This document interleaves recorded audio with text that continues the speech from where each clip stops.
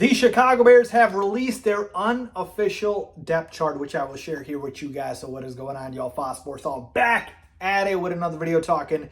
It's NFL here to talk about the Chicago Bears. So if you're a Bears fan, hit that subscribe button down below. People, helps me out a lot when you do so. Hit the bell icon so you're notified every time I drop a new video. All right, so as we're getting closer and closer to the season, we have some depth charts.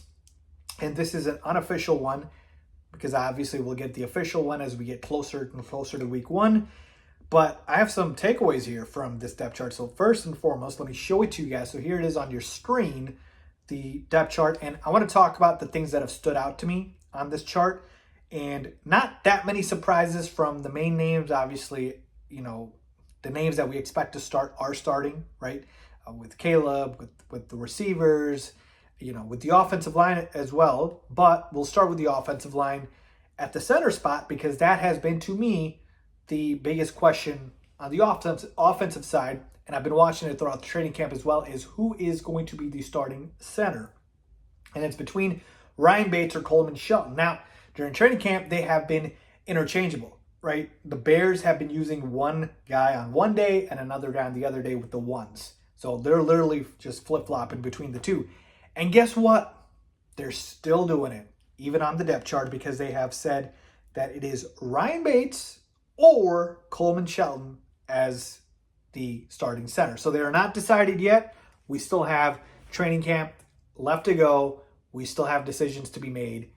That has not been made yet. My best guess is it's going to be Ryan Bates. I believe he is going to be the guy. The Bears have been going after him for years now. We finally got him. So I would think that they're going to go ahead and give him the first crack. But I wouldn't be shocked if it's Coleman Shelton. And folks, I'm not going to be shocked if we do a little rotation with the centers throughout the season. Okay, so that's the first takeaway, which is the center spot still undecided. Second takeaway, little surprised here that the backup QB spot is also up for grabs. It's not a lock for Tyson Bagent. Okay, Tyson Bagent has been listed as the second string, but you've got the words "or" here as well, or Brett Rippon. And that's surprising to me, because I thought that, you know, Tyson Bagent has this spot locked up, but apparently he doesn't.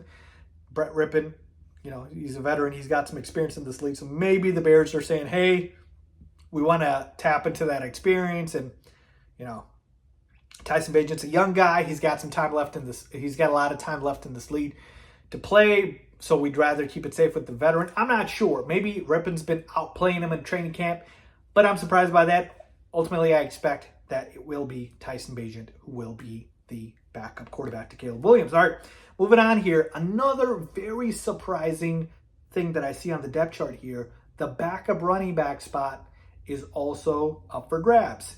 Khalil Herbert or Roschon Johnson. I think it is surprising to me, because initially I would think the Bears are going to roll with Khalil Herbert as the backup. And later down the season, I thought Roschon would just play himself into that backup role. But no, they're not ready to go ahead and give anybody that backup running back job. They need to see them fight for it. And Herbert's been playing pretty well during training camp, folks. He's not going to go away lightly. Same with Roschon Johnson. My money's on Roschon to win that RB2 job eventually, but I think Khalil Herbert's going to start in that RB2 job at the beginning of the season. So that one is also undecided. Moving down to the special teams here. Looks like Torrey Taylor is confirmed as the punter. We know that, but just nice to see it.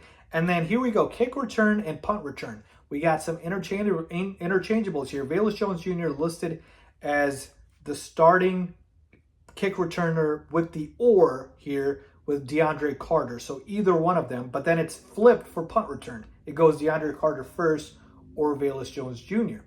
So I feel like the way that they put this on the depth chart, it's like that first name is the guy that most likely will start, and then it's "or" because it's not a sure thing yet. So then it's the next guy, right, in line. So I think it's saying basically the kick returner should be Velus and the punt returner should be DeAndre Carter, but it could be also flipped, right? So that's what I'm taking away from this mainly. So That to me, Velus Jones Jr., you better win one of those jobs or else your job is in jeopardy to make this damn roster, okay? You're not going to get playing time as a receiver, barely any. Obviously, maybe they'll throw in some gadget plays here and there, but for the most part, his bread, he's going to make his bread, he's going to make his money with the return game. So he needs to be able to do that. And if he doesn't, sorry.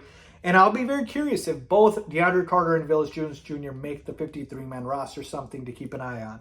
All right, a couple more observations here. The rookies that we drafted this year, Kieran Amegaji and Austin Booker, both of them are third stringers. All right, Amegaji I thought would certainly be a backup, but he's, I think, dealing with some injury issues. Maybe that's, kind of pushed him back. And then Austin Booker as well. I think he is one of our more talented defensive players on the line. But they've got him third string because he's a rookie. It's always tough for rookies, man, especially that got rookies that aren't first and second round picks. So not surprised by it, but for the most part, I do think that they will be impactful later on in the season, maybe not as much early on. Overall, folks, those were my main takeaways here from the depth chart. We still got to get answers on the center, the backup quarterback, backup running back. But I've told you guys kind of where I lie on those positions. So we'll see what happens. And once we get confirmation, obviously, I'm going to let you guys know.